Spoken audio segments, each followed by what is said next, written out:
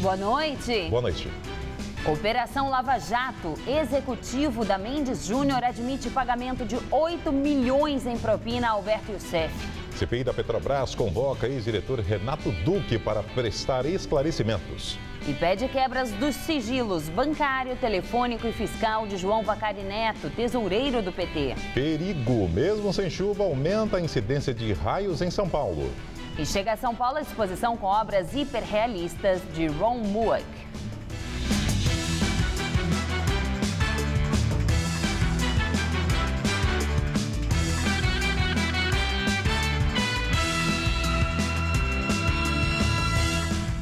Estudo da Fundação SEAD, em parceria com o DIEESE, divulgado hoje, mostra que entre 2012 e 2013, a proporção de negros no mercado de trabalho aumentou, mas as desigualdades continuam.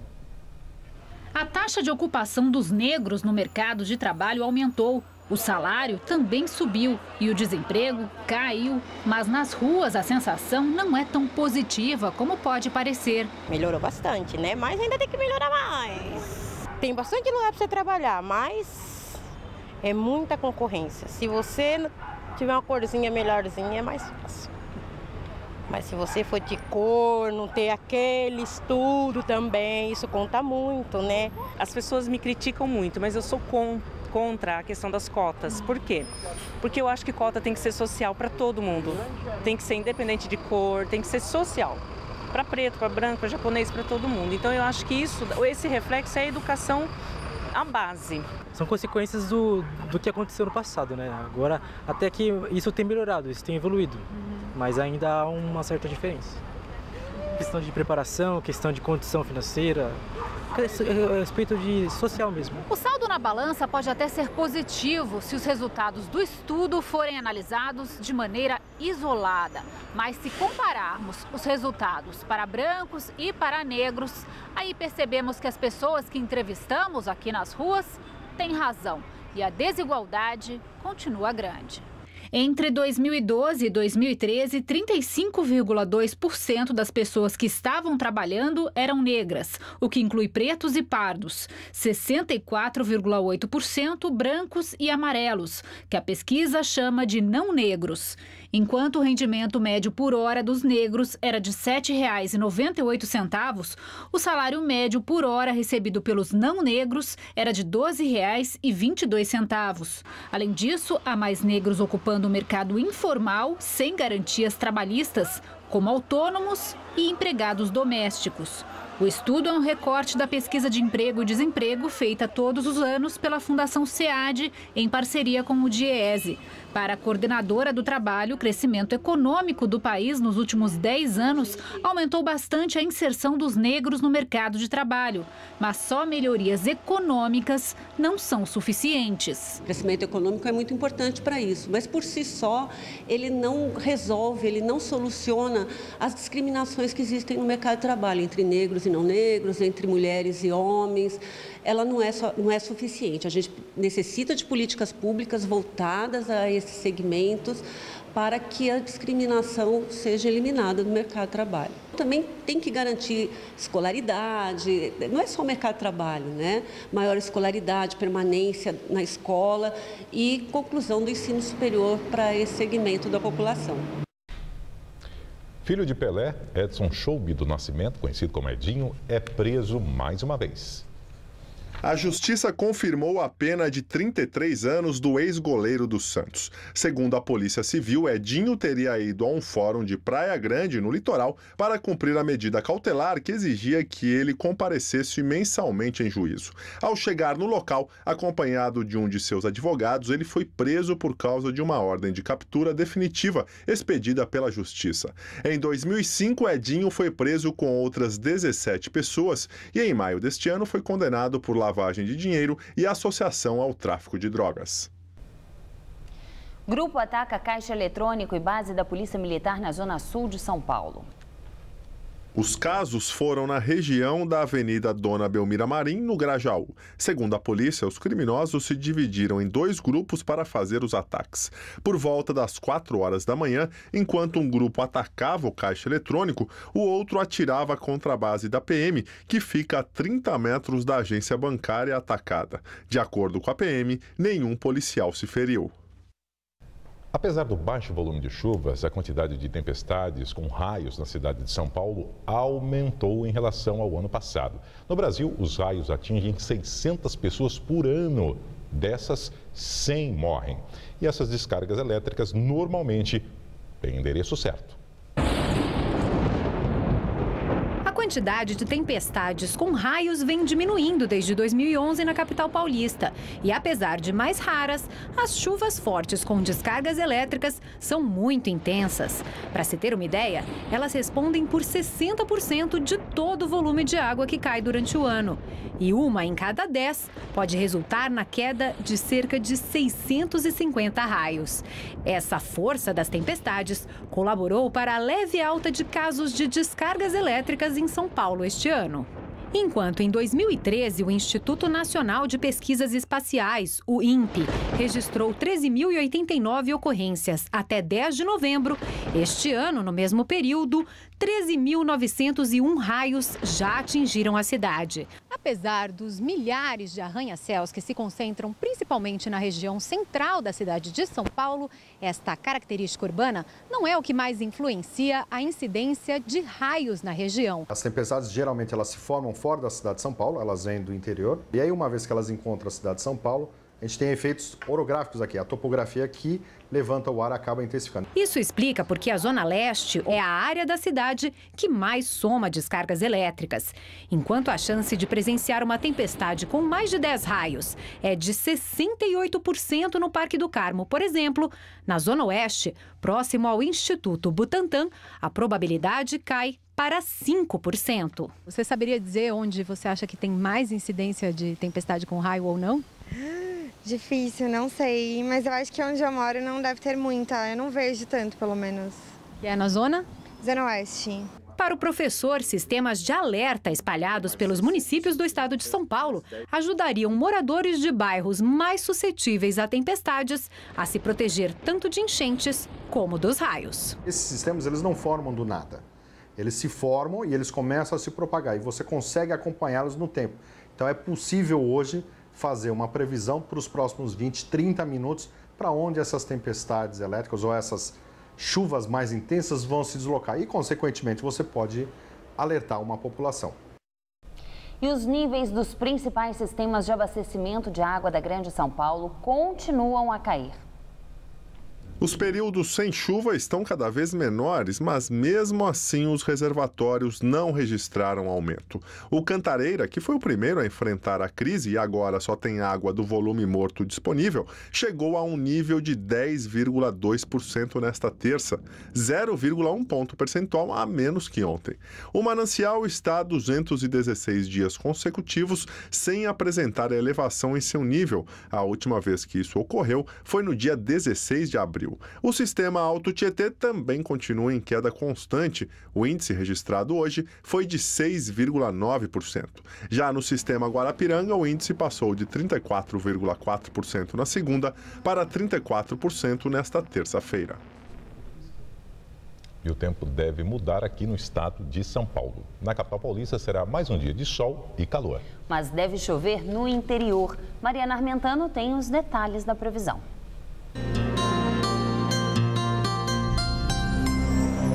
Todo o estado terá altas temperaturas nesta quarta-feira, mas estão previstas algumas mudanças. O predomínio vai ser de sol, mas há previsão de pancadas de chuva rápidas e isoladas no interior do estado. E as temperaturas entram em elevação, chegando aos 35 graus na região de Votuporanga e aos 33 em Ribeirão Preto e também em São José do Rio Preto. Só não deve chover nas faixas sul e leste, o que inclui a Grande São Paulo. Por aqui o sol vai brilhar forte e as temperaturas sobem gradativamente com o decorrer da semana. Amanhã à tarde, a máxima chega aos 28 graus. Na quinta, faz mais calor ainda, 30 graus e voltam as condições de chuva. Na sexta-feira, os termômetros devem alcançar a marca dos 31 graus.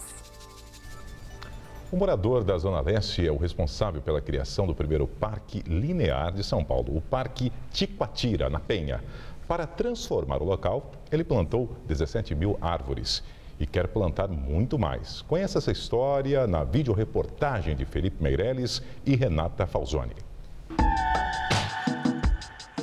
Quando na Penha, Zona Leste de São Paulo, a Avenida Carvalho Pinto foi asfaltada, o riacho Ticoatira foi retificado e uma área com 3 quilômetros de extensão ao longo das duas margens do rio preservada para a manutenção da mata ciliar.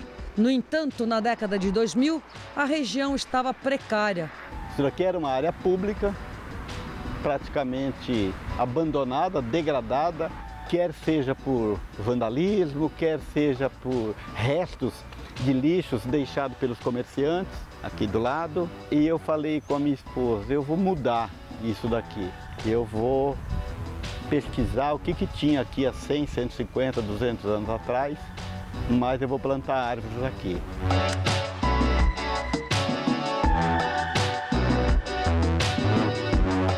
A intenção era 5 mil árvores e eu comecei a mandar e-mail para a Secretaria do Meio Ambiente, falar, poxa, uma área tão bonita, não dá para transformar em parque? E em maio de 2007, viu que já estava bonito isso daqui e foi transformada essa área pública no primeiro parque linear da cidade de São Paulo. O nome completo é Parque Linear Ticoatira Engenheiro Verne Zulauf, em homenagem ao primeiro secretário de Verde e Meio Ambiente de São Paulo. Continuei plantando. Aqui tem praticamente 150, 170 espécies de árvores, Mata Atlântica. Cada 12 árvores que eu planto aqui, uma é frutífera, mas é frutífera aos olhos do pássaro. E eu percebi que de 2007 para cá, quando essas árvores frutíferas já estavam com certo porte, começou a atrair bastante pássaros aqui. Hoje, não só os pássaros são atraídos pelas árvores, mas toda uma população na busca de saúde e lazer. Olha, eu já conheci ele há algum tempo, antes das árvores e agora. Agora ficou melhor, né? Está mais arborizado, um lugar muito mais propício para atividade física, né? E com certeza essas árvores aí veio para ajudar, para trazer um ar mais puro. Estão bonitas, mas falta um pouquinho de limpeza, só isso, né? Tá faltando banheiro, tanto masculino quanto feminino. E bebedor também, que não tem um lugar aqui para você tomar água. Você pratica um esporte aqui, faz uma caminhada, tá com sede, sabe? Não tem onde você tomar água. Os parques lineares são ao longo de rios. E neste caso, aqui uma água purinha deságua no riacho que forma o Parque Ticoatira. Eu quero plantar de 40 a 50 mil árvores, mais 30 mil. Fundamentalmente, é para o neto dos netos, dos netos dos nossos netos, e são para aqueles que vão chegar aqui, bem lá na frente. Cidadãos como Hélio Silva fazem a diferença. Balanço divulgado pela Secretaria Municipal de Saúde de São Paulo mostra que a cidade registrou quase 28 mil casos de dengue entre janeiro e o começo deste mês. O número é 10 vezes maior que o registrado em todo o ano de 2013. No ano passado, a cidade teve 2.617 casos. Segundo a Prefeitura, para facilitar o mapeamento, qualquer caso suspeito de dengue ou febre chikungunya, doença também transmitida pelo mosquito Aedes aegypti, terá de ser notificado à Secretaria Municipal da Saúde de São Paulo em até 24 horas. Antes dessa regra, as unidades de saúde já eram obrigadas a informar à Secretaria os casos suspeitos, mas não tinham um prazo. Apesar do aumento de casos, a Secretaria afirma que o município está em fase de baixa transmissão. De acordo com a pasta, 98,6% dos casos foram registrados no primeiro semestre do ano. O bairro do Jaguaré, na zona oeste da capital, continua sendo o distrito com maior incidência de dengue no ano. São 3.407 casos. Em seguida, com os maiores índices de incidência, aparecem Lapa e Rio Pequeno. Uma organização não governamental da cidade de São Paulo ajuda a recuperar a autoestima de pacientes que passam por tratamentos contra o câncer. A ONG Cabelegria recebe fios de cabelo doados pelo correio para a confecção de perucas que são distribuídas para crianças e adultos que têm a doença. Mechas e mais mechas de cabelo. Juntando um pouco de cada, temos perucas de diferentes tamanhos e estilos. No mercado profissional, uma peruca desta pode custar até R$5 mil. Fios longos, sem química e naturais. O cabelo de uma peruca pode ter saído da cabeça de qualquer pessoa, inclusive desta baixinha tímida de 7 anos. Rafaela quis, por vontade própria, cortar e doar o cabelo, mas por um motivo bem especial. Queria doar para as crianças que têm câncer. Doações como a da Rafaela são muito importantes para amenizar um tratamento tão agressivo quanto o do câncer. São sessões de químio e radioterapia que fazem os pacientes perderem o cabelo e, aos poucos, com a peruca, eles vão retomando a autoestima. Para Chrissy Emily, de 18 anos, descobrir a doença foi ainda mais difícil. Isso porque o câncer não era câncer. Há 3 meses, a estudante teve um diagnóstico errado e passou por 4 sessões de quimioterapia. Logo na primeira, começou a perder o cabelo. Ela mostra a foto do tamanhão que o cabelo estava em maio deste ano.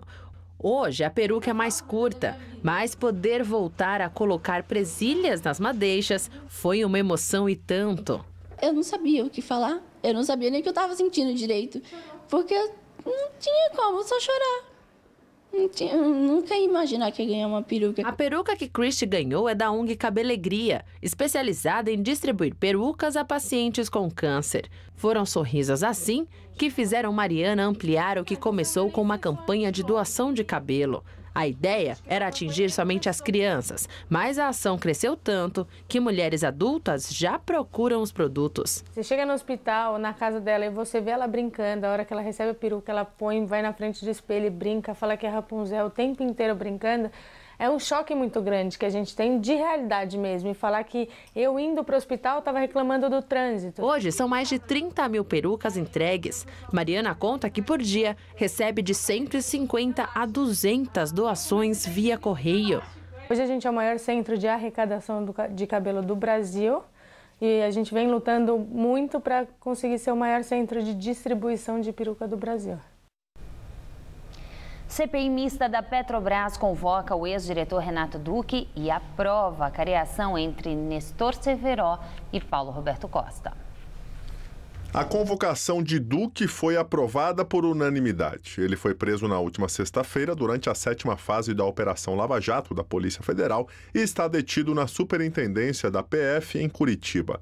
Duque foi indicado para a diretoria de serviços pelo PT e permaneceu no cargo entre 2003 e 2012. A CPI mista aprovou também a convocação do presidente licenciado da Transpetro, Sérgio Machado. Segundo o ex-diretor da estatal, Paulo Roberto Costa, Machado teria sido responsável pelo pagamento de R$500 mil em propina oriunda de contratos da Petrobras supostamente superfaturados entre 2009 e 2010.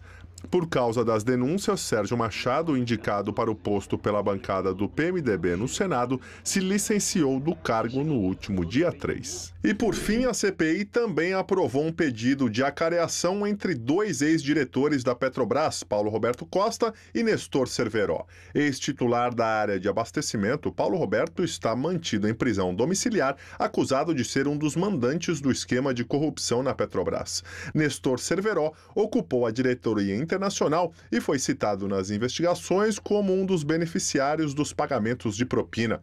Embora aprovada na CPI, a acareação ainda não tem data para acontecer. E por 12 votos a 11, a CPI também aprovou o requerimento apresentado pela oposição, que pede a quebra dos sigilos fiscal, bancário e telefônico do tesoureiro do PT, João Vacari Neto.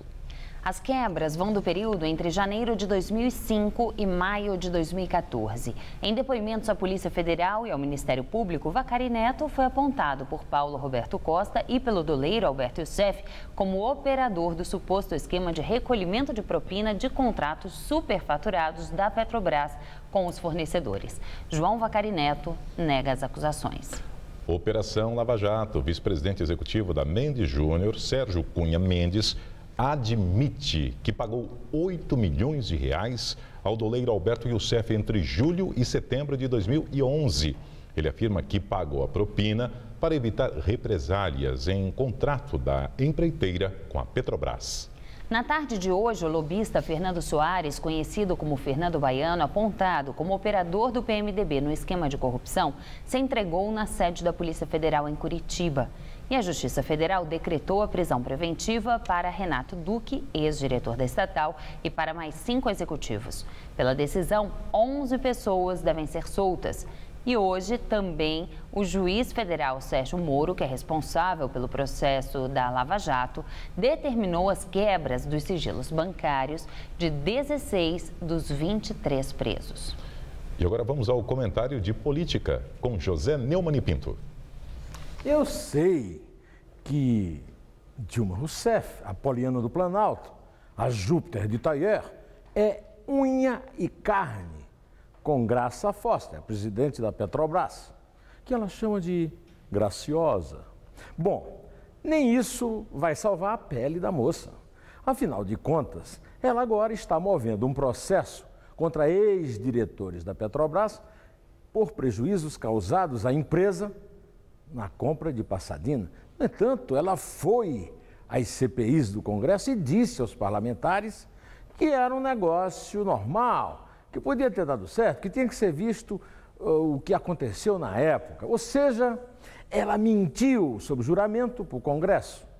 Além do mais, ela estava sentada ao lado de José Carlos Cossenza, que é diretor e está no lugar do Paulo Roberto Costa, o Paulinho do Lula, um dos delatores premiados da Operação Lava Jato, e que foi acusado por esses delatores de continuar levando propina até hoje.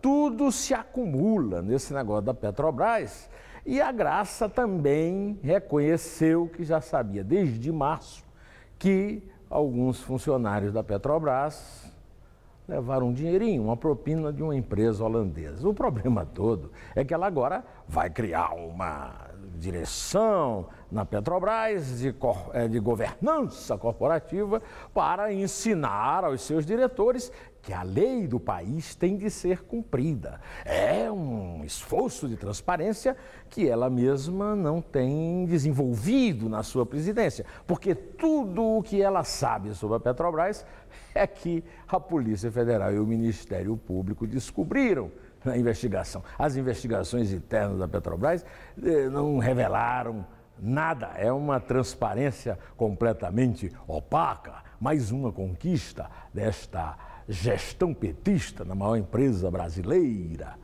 Meus amigos, estaremos de volta na quinta-feira para tratar dessas coisas todas direto ao assunto. Até lá! Marta Suplicy retorna ao mandato no Senado e diz que a demissão do cargo de ministra da Cultura é página virada. Após deixar o cargo com uma carta que criticava a política econômica de Dilma, Marta afirmou que volta ao Legislativo para defender o governo, o país e a democracia.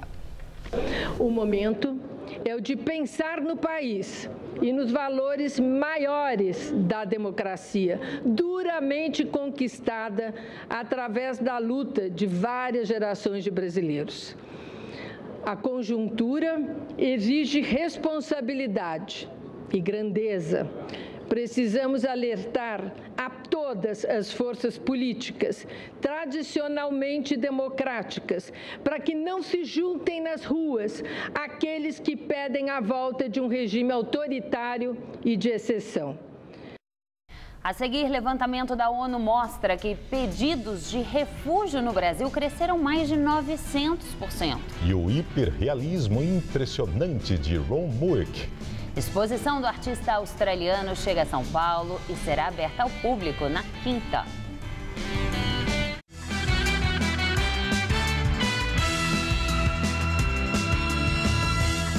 Levantamento da ONU mostra que os pedidos de refúgio ao Brasil cresceram 930% entre 2010 e 2013.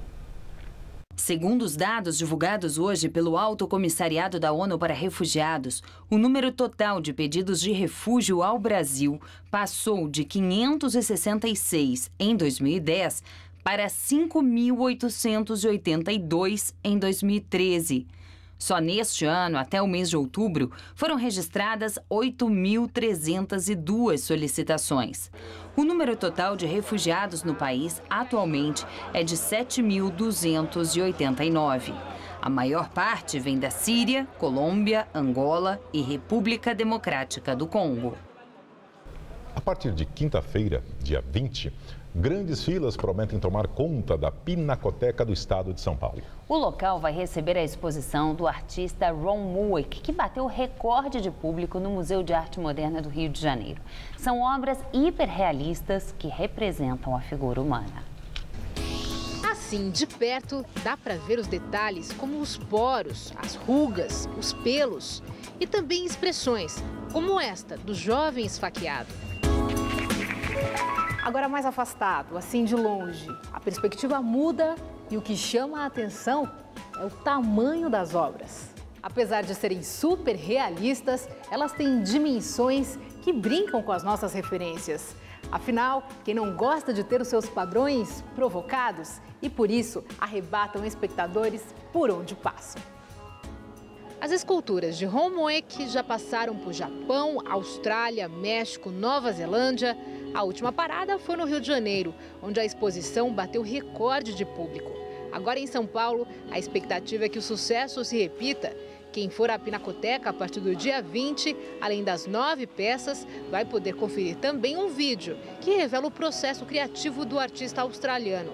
As peças feitas com resina, fibra de vidro, silicone e acrílico reproduzem fielmente cada detalhe da anatomia humana, ou neste caso aqui, do frango.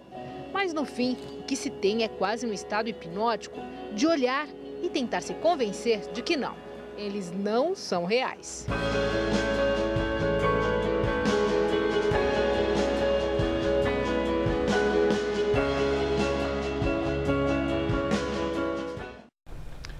A exposição de Ron Mueck ficará em cartaz na Pinacoteca do Estado de São Paulo. A mostra será aberta ao público na quinta-feira e poderá ser vista até o dia 22 de fevereiro. Os ingressos custam R$ 6. A edição das 10 do Jornal da Gazeta termina aqui. Uma boa noite. Fique agora com o Rony Fono, todo seu. Boa noite e até amanhã.